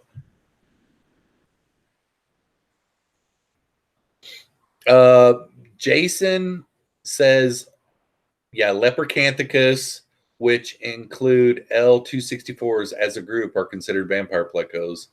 Cool. Thanks, Jason. Justin Thibodeau says, Jeffro, I have 2 Hillstream loaches, amazing fish. Have you kept any? No, I've kept clown loaches. That's the only type of loach I've ever clept. That's the only type of loach I've ever kept. The Hillstream loaches are cool though. Jeffro Chambers. Jeff Chambers says, Jeffro, you going to get more live foods going? That might help with your spawn efforts. Well, my plecos, they don't really, I mean, I've never tried to feed them microworms, but like they're a bottom feeder. I mean, now I don't have the platies in there, so the microworms would be able to go to the bottom. So I would assume that they would probably be able to get to them. But like right now, all I've got is microworms and vinegar eels. I'd have to get something like some blackworms and stuff. And I don't know if my plecos would even eat those. I mean, those plecos would, I don't think. They might, but I've got some plecos that would. I've thought about getting blackworms because I saw a blackworm culture set up that was very, very crazy. Like because you have to do tons of water changes on those to keep them alive. And it would be hard to set it up, but once you got it going, I think you keep it going. But yeah, it would be cool if I could. I don't know if bristlenose plecos are going to eat too much live food, though. I might be wrong. I've just never done it. Jason Kimmett says pleco versus prickly pear cactus. Now that would be a challenge. Yeah, I did canned cactus, which it was like the only sucky thing about it is it was pickled and it was in a jar, and it had the pickled juice and all that in it. So what I did was I soaked it in water, and then I dehydrated them, and then I soaked them in water for a week again. And then I got rid of probably 75, 80% of that stuff that was on it is what would be a fair guesstimation. But a prickly pear cactus would be a good one, I think. Yeah, it would be a good one. I'd kind of like to see if I want to do dandelions. Like I've already got maize, pleco versus food already done. That bok choy, it's actually, I'd kind of do like a funny little skit thing at the beginning too.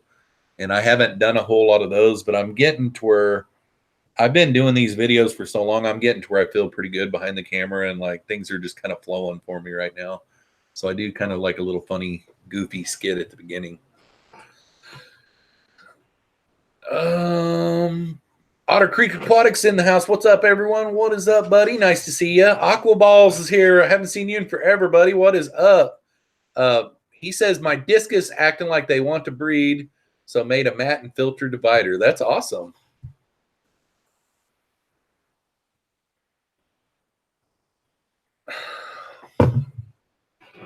Let's see here. Boom, boom, boom, boom, boom, boom.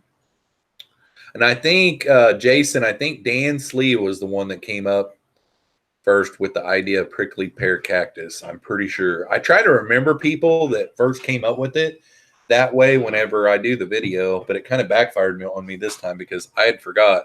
Dank had told me about bok choy a long time ago. He was like, I told you about that numerous times. John Bedker says, like Royals, they have many different yeah, the Royal Pleco, there's tons of different ones, man. Tons of them. Otter Creek Aquatic says, Jeffro, you ever get any babies from the longfin white clouds? Nope. I put them in what I call like a quarantine tank by themselves, a 10-gallon tank when I got them, and I kept them in there all together at the same time, and haven't tried to spawn them yet. I know I do have males and females, but I haven't even tried. I'm not in too big of a hurry to get my new CO2 planted aquarium going. I bought everything probably a couple of months ago to do that, and I just have never got it done yet. But I'll probably get that done this summer.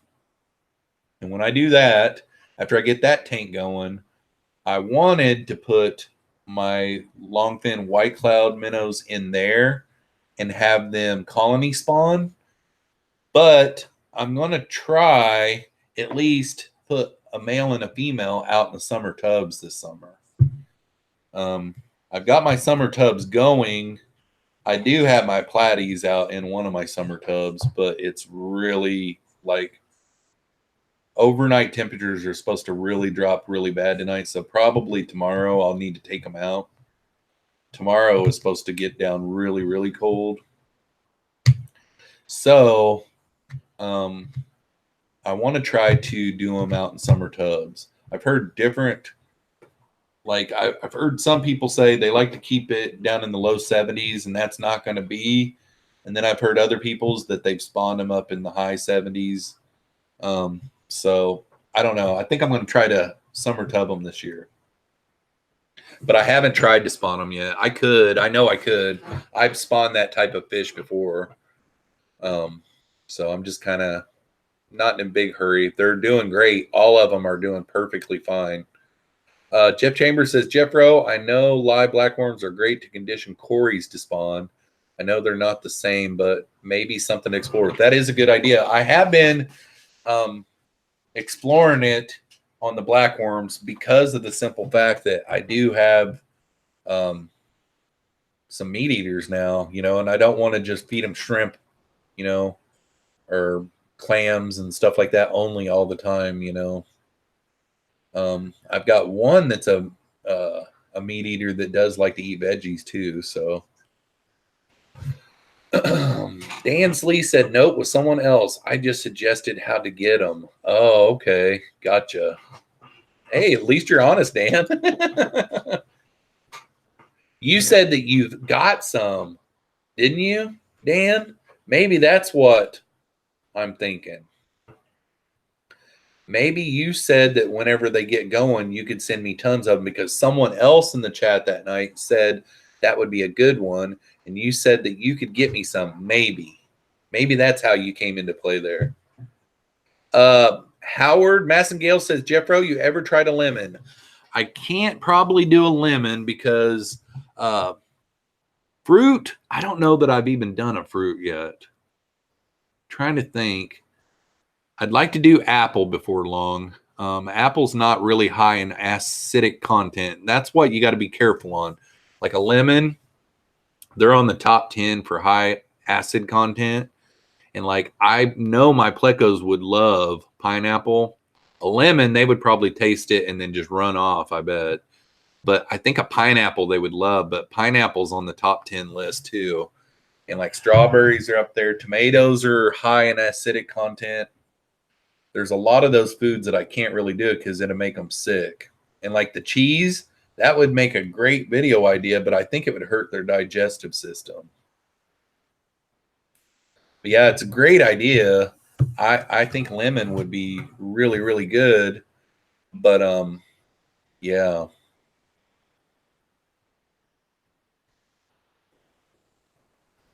John Bedker says they need a manual I'm still live announcement that you can send out during live streams. About the only thing that I've got that kind of does that is I've got it set on my channel where if you go to my channel page right now, at the very top, it says that I'm live right now. That's about the only thing they can do. Justin Thibodeau says, night all. Good night, Justin. We'll see you next weekend, buddy. Hopefully you have a great rest of the weekend. Otter Creek says, where did you get the longfin white clouds? I want to do them in summer tubs too. I got mine from Lumpy Dog. Jeff. John Bedker says mangoes should work. Yep. Mangoes would be a good one. See, that's what I need to do. I need to get a list together again because I've lost my original list. Like I had a notebook sheet where every time I'd have one of these live streams, I would write it down. But I need to get me a really good documented list and just go down through because it's never ending, guys. I mean, really, if you think about all the different types of fruits and vegetables that are out there, it's really kind of just never ending. Like I almost bought some okra earlier. People have brought up okra a lot. I guarantee you they'd love okra, but I got a yellow squash instead. So my June video will probably be a yellow squash is what I'm thinking. I'll probably just go ahead and shoot it tomorrow night and be done with it. Dan Lee says, Pleco versus, is it KOT or Chayote? I don't know what that one is, Dan. Oh my gosh. Pushed a button. I don't know what that one is, Dan. We Spot has longfin. Oh, the Wet Spot has longfin white clouds. If you're still here, Otter Creek, the Wet Spot has some. That's cool. I like the Wet Spot. They're good. They've got a lot of stuff too. They've actually got a lot of different types of plecos too. The Fishy Mailman says tomato is a fruit technically, but I know mine like cherry tomatoes, skin removed. The only thing I'm worried about on that is tomatoes have a high acidic content, and I've been told that the bristlenose don't like, it's not good for them, like high acid content foods. And I know that tomatoes are a bad one just because of the simple fact that if you have acid reflux, you're not really supposed to eat tomatoes because it make your acid reflux act up a lot more, and then it burns the esophagus really bad and stuff. Makes sense. Apple and or peach sounds good. Yeah, and like I almost bought a pear today. Like I think a pear would be good too because a pear would be soft. Like an apple, I think they could still eat an apple.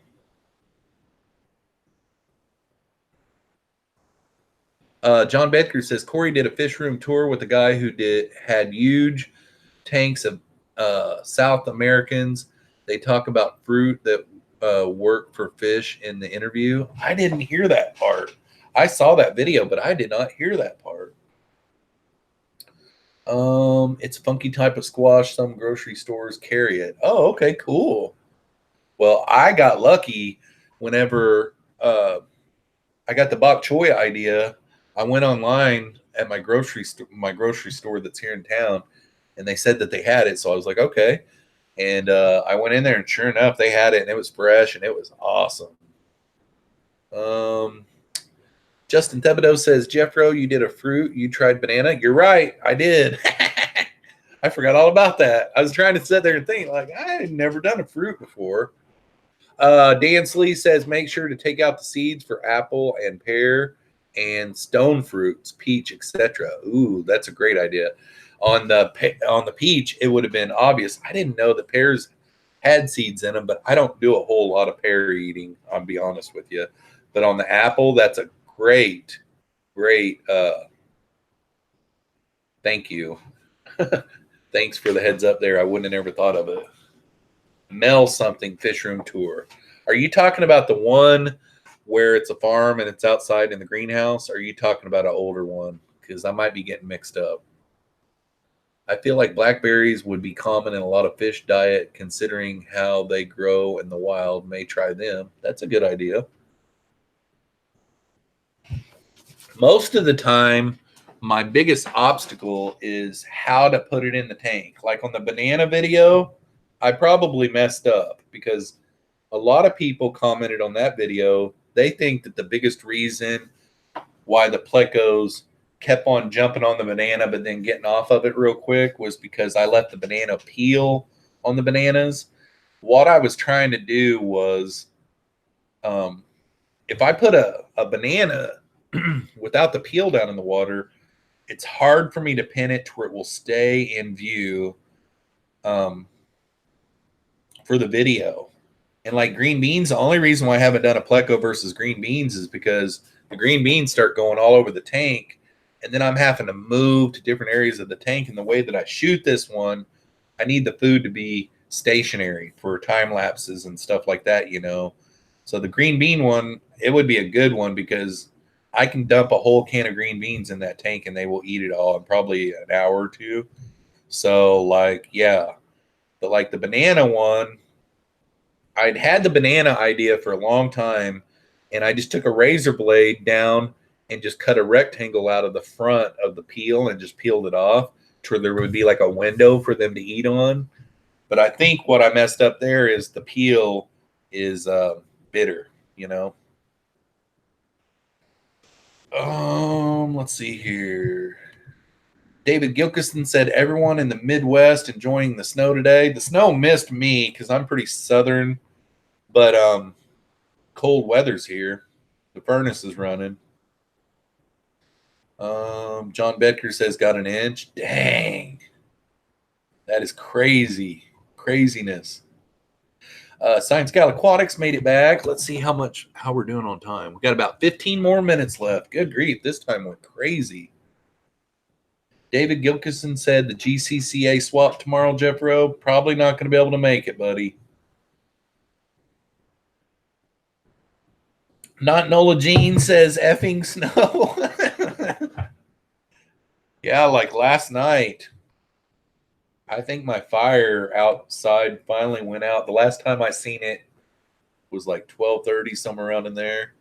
And that last time I went out there to check and make sure all the coals were out and stuff, it was getting pretty cold. And today I mowed the yard, and I didn't even break a sweat mowing the yard. And usually you sweat your butt off mowing the yard, you know. David Gilkison got a couple inches of snow still coming down hard, though. That's crazy. Terry says, I went to the last GCCA swap. If I want to stay married, I have to pass on this one. I hear you. I mean, it's one of those type of deals where I walked up to this one table because, you know, they have like this Pleco banner back there, you know, and I'm like, because I was kind of bummed because George from Pleco Paradise said that they weren't going to go, and they're usually at this one. And he said that they just sold so much down at Aquashella, they just decided to kind of set this one out. So I was kind of bummed. I didn't really draw a whole lot of money out either, and I'm kind of glad that I didn't because I probably would have spent too much money. But it's like this: you walk up to this table and you start looking around, and it's like, I gotta have this, I gotta have that. I want this, you know, it's like, oh my gosh. Fishy Mailman says, I think it's supposed to snow Monday here. I don't really check since I'm on staycation after I got done at work today. Nice, man. That's awesome. I need to take one after this month. On a month like this, I like to take like at least like the first of the month off the next month, but my schedule's already filling up for next month already, so can't do that.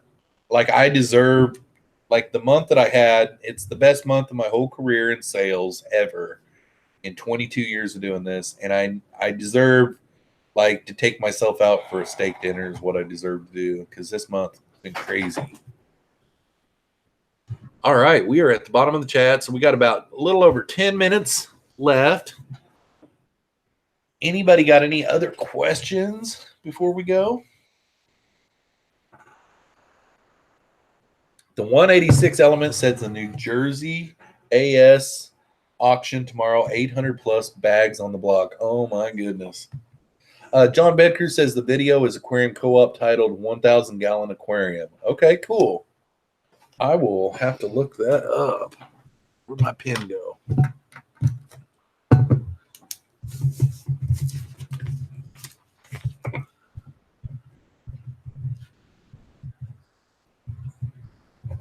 Thank you, John.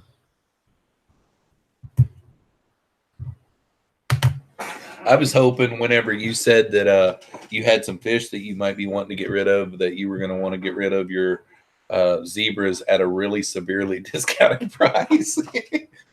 The Fishy Mailman with a $10 super chat. Thank you very much. And he says, for a steak dinner. Well, thanks a lot, man. I appreciate that. I really appreciate that. I appreciate, yeah, $10 will definitely help me on a steak dinner, and I appreciate that. John Bedker says, one of the best fish room tours. That's awesome. That one the other day that he did, it was a little over an hour long, which I really liked that. I really got into it. They did a really good job on the audio. The only thing I didn't like about it is since it's tubs, that's one thing that's really difficult. You know, these summer tub videos that we do, like I was sitting here trying to think, okay, I need to do a summer tub video.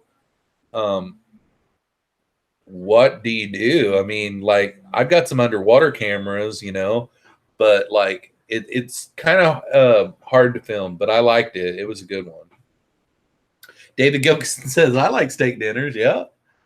Jeff Chambers says, Jeffro, I've seen some unboxing videos lately, and other people's knife game is weak at best. You got that on lock for sure. I'm always tempted to leave a comment. I get a lot of comments on my knife because it's a Benchmade. I want to say Benchmade 940. I want to say a 940. And it's got the Benchmade carries the lifetime sharp guarantee. So every time my knife gets dull and it gets to a point where I can't really sharpen it really where I want it, I just put it in an envelope. I go online to their website and fill out the warranty paper, and then I print that off, and then I wrap it around my knife, and then I put it in an envelope, and I ship it to Benchmade for $5. It costs me to ship it there. They ship it back for free. It takes a couple weeks to have your knife, and you feel naked that whole 2 weeks, and you use like something like junky old junker, But I've been really pleased with the Benchmade knife, big time. And they're expensive. But yeah, only thing I don't like about it is mine came with a black clip, and it's so scuffed up that it's the old shiny. It looks like it says something on there, don't it, in the scuffing? What does that say? It looks like, it says Benchmade, but like the black looks like it says something like Sessa or kind of weird. But yeah, I like this knife. I never did ever like this type of openings on knives, but I do like it's a one-handed job. Usually on the closing part of it, I turn it like this and see you pull up on this little mechanism here. And I usually pull up on it and then touch it up against my leg to shut it. It's the 940. That's what I was thinking. They've got some really awesome ones. I was on their website the other night because they send me emails all the time, and they were showing some of their newer knives. But golly, I'm just happily fine with this one that I've got here. I think they're made in Washington, aren't they? I'm pretty sure. Terry's Tropical Tank says, I'll take a Kershaw every day and twice on Sunday. My youngest son, my 13-year-old, he is a Spyderco freak. He's got a couple of Spyderco knives. He's got like a Bushcraft Spyderco that is really awesome knife. The handle, whenever you're holding it in your hand, it just feels so good. And then he's got like a everyday carry Spyderco knife too. But yep, I always used to just be a buck, go out to Walmart, buy me a buck knife. But there's a guy on YouTube called Wrangler Star, and this is his everyday carry. He's had a lot of them because he's lost a lot of them. He used to always get this hooked on something, and then he'd lose his knife. So then he started carrying it without this on there, down in his pocket. But what sold it for me is he said, I use it as a pry bar. I use it as a screwdriver. I beat the heck out of it, and they're just tough. And I got one, and I've had it now for probably 2 years and never had an issue with it. I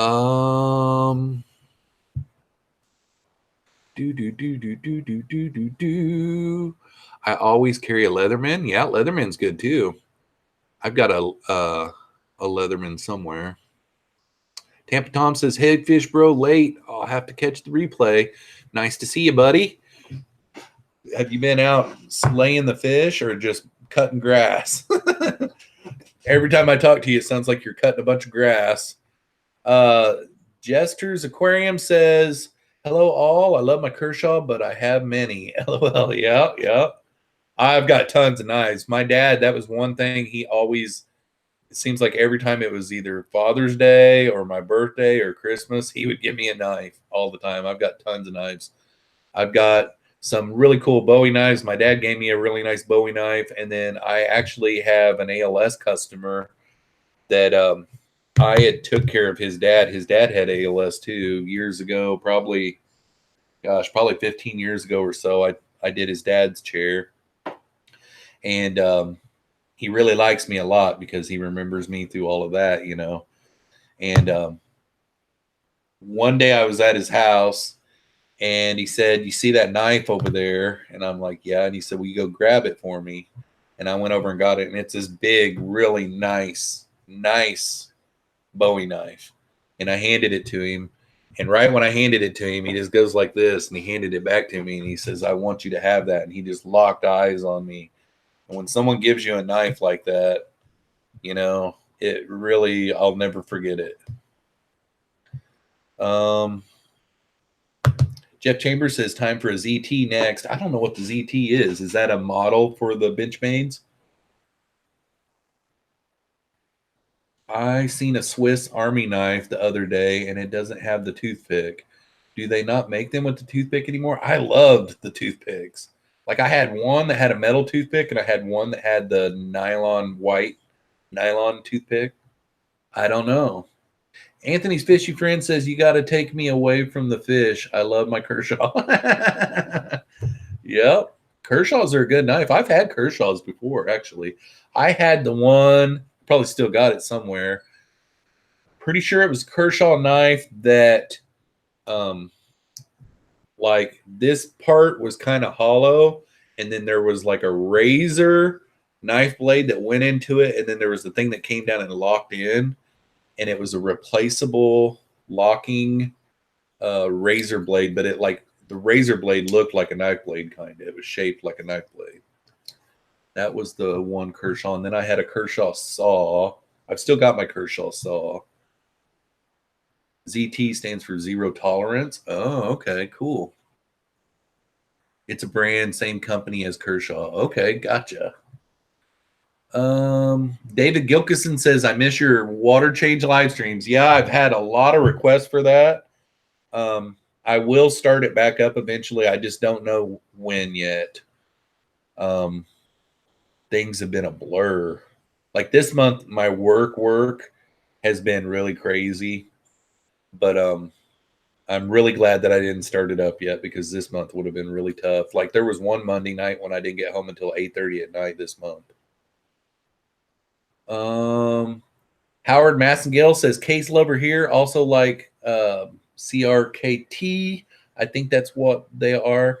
My son has like I want to say it's a deer antler, but it might be a bone, but it's a case knife and it is nice. It is a pocket knife that's about yay long, and that thing is nice. It's a fancy knife, and he paid dearly for it too. John Becker says, "Had an awesome $350 Beretta knife. Cop took it off me once when I got arrested. The next day, it wasn't in my personal stuff when they released me. They said I never had a knife. Road pirates. Isn't that sucky? Ugh." BB23 says, "I'm a playful guy, so if I get a knife, I'll fidget and cut myself." Yeah, you got to be careful with that. I'm the same way with guns and knives. I'm over safe. Like I could probably shut this knife without touching my pant leg like this. And there's sometimes I go a little fast and the point goes down into my leg, But every time I go like this and then I pull up on it and then I touch it on my pant leg like this, and that's how I close it. And then I just put it right in my pocket. That's where I'm having to go with it anyhow. So opening it is no problem, but shutting it, like the knives that close here, I go like this, and then I slowly push it with my finger, and then I push it out of the way and then do it. But yeah, that's kind of how I do it with that one. Benchmade, validation fan. Yeah. Anyone ever have a cold steel knife? I've had one 10 years ish. Never broke it. Never had one, but I've heard of those before, and they look really nice too.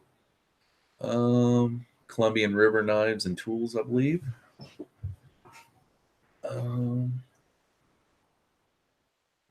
Terry's Tropical Tank says, "I was 7 when I got my first pocket knife. It took 1.5 hours before I got my first knuckle off my index finger, off my left hand, and 4 stitches. My first knife was a buck knife, and I was 7 years old, and it was a lock blade, and my dad told me never to open it unless he was around. Well, of course, a 7-year-old's going to open that knife. You know, like for instance, my 13-year-old, I was down in the basement earlier doing laundry, and I hear this, you know, just that. It sounded like he was hammering on something. Came up into his bedroom, and he's sitting there just holding one of his hunting knives. It's a really nice buck knife, just sitting there holding it, and he was just kind of tapping it on this little table in there. I'm like, okay, can you stop, please? I'm like, wow. But anyhow, I was 7 years old, and sure enough, I opened it, and I could not get that knife to shut for nothing. And so what I did was I just shoved it under my socks in my sock drawer, and my mom was in there putting clothes in it one day, and she found it. And I was busted. Yeah, I couldn't. I mean, I was hammering on that thing. I didn't realize that it was a lock blade. But in all actuality, that's kind of my dad's fault for not showing me. God rest in peace, Dad. I'm not talking bad about the dead or anything, but it's kind of my dad's fault for not showing me that it was a lock blade and how, my kids are really, I've always been overly safe with guns, overly safe with knives because it only takes one mistake, especially with the gun. It takes one mistake and it's over. A knife, it takes one mistake and it's nasty. Kathy B says, I had to surrender my beloved pocket knife before boarding a plane. My bad. Prior to this knife right here, my everyday carry was a buck 3-blade. Had one that was really, really narrow pointed. Then it had one that was like rounded. And then it had another one. I can't really remember what the other one was actually. But all three of them stayed really, really sharp all the time. Your biggest problem that I have with everyday carries is when you're opening up boxes all the time, you get all that sticky on there. See all that sticky towards the tip there? On both sides, you get it. And boxes also dull your knife really bad if you're cutting through cardboard. And that one never did ever dull. This one doesn't ever stay as sharp as what I really, really want it. Like it's sharp, but it's not like I grew up with a butcher. My dad was a butcher. So like sharp is sharp. Like whenever you grow up with a butcher, and I even gave this knife to my son to sharpen because my dad taught him how to sharpen really good. I don't have the patience. So that's probably why I can't get it as sharp. But anyhow, I went to go get on a plane in Des Moines one day. And sure enough, I'm getting ready to walk up to TSA and I'm like, oh, shoot. I've got my pocket knife in my pocket. And then I'm looking back to think about all that I just went through to get here and the distance that I came to get here. And I'm like, pulled it out of my pocket, threw it in the trash right there right before TSA. I'm like, golly, I'm so glad. If it would have been this knife, though, I would have walked back to my vehicle. I would have, because I was there plenty early enough. Jeff Chambers says, my grail knife is the Shirogorov 111. Check it out. It's from Russia. I will check that out. Shirogorov. Man, I'm not very good with words that just aren't perfect English. All right, guys, I'll bet you. Yeah, we're past the 2-hour mark. So we're going to go ahead and call it there. Thanks for everyone that came out tonight's live stream. Make sure and check out Monday and Thursday's videos for me and show me some love there. And other than that, we'll see you next Saturday at the same time, 7 p.m. Central Standard Time. And let's get over here. Peace out, y'all.